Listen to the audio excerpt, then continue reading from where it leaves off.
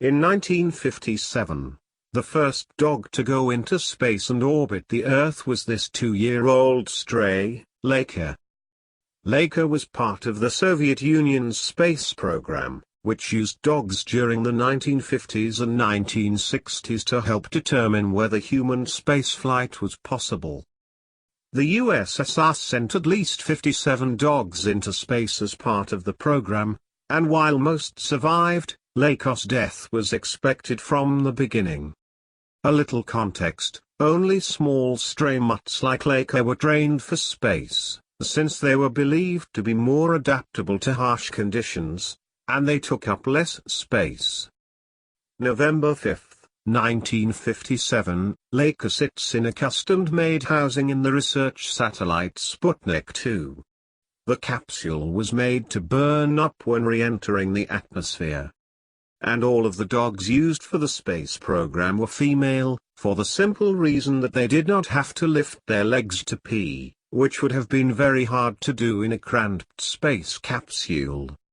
Before sending Laika into space, the Soviet Union had already sent a few dogs to extremely high altitudes.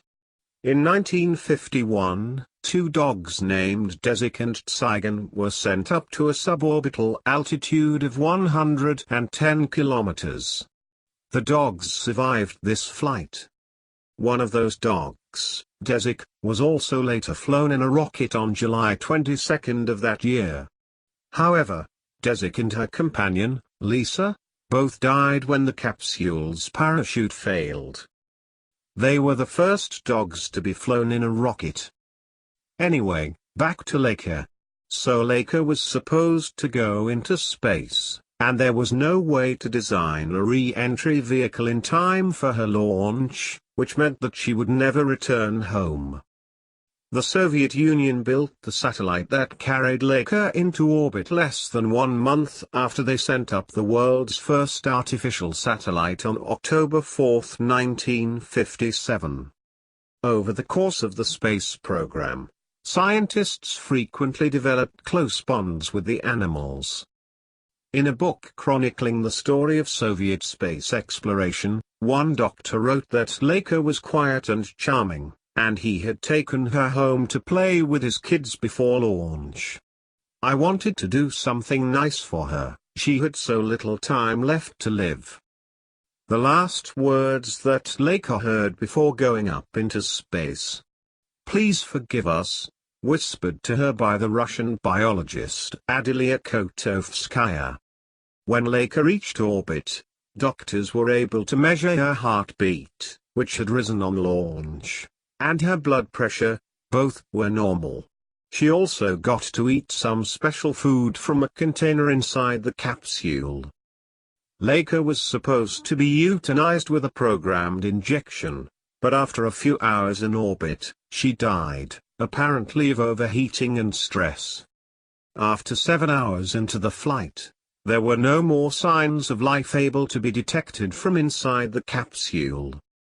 Laika's coffin, the satellite Sputnik 2, stayed in space for half a year and orbited Earth another 2,570 times, before it finally burned up in the Earth's atmosphere. Besides earning her place in space exploration history, Laika also has a small monument dedicated to her in Moscow. Later in the summer of 1960, 2 dogs named Bars and Lisichka died when their rocket booster exploded during launch. The next dogs were Lakia, Belka and Strelka became the first dogs to orbit Earth and survive. They were launched into space on August 19, 1960, and orbited Earth more than a dozen times before landing the next day. Fun fact, Strelka later had a puppy, named Pushinka, who was given as a gift from Nikita Khrushchev to President John F. Kennedy. And later, other dog cosmonauts in 1960 weren't as lucky. Pkelka and Mushka were carried on the Sputnik 6 launch on December 1, and after orbiting the Earth for a day, they died due to a re-entry error. The Soviets had equipped the space capsule with a self-destructing mechanism, in case it fell into hostile territory when landing. But a technical defect accidentally activated the self-destruction switch, and the two dogs were killed. So, to recap, the next time you get excited about the latest SpaceX, NASA, Blue Origin launch, pour one out for all of the brave space pups who came before us and made it all possible.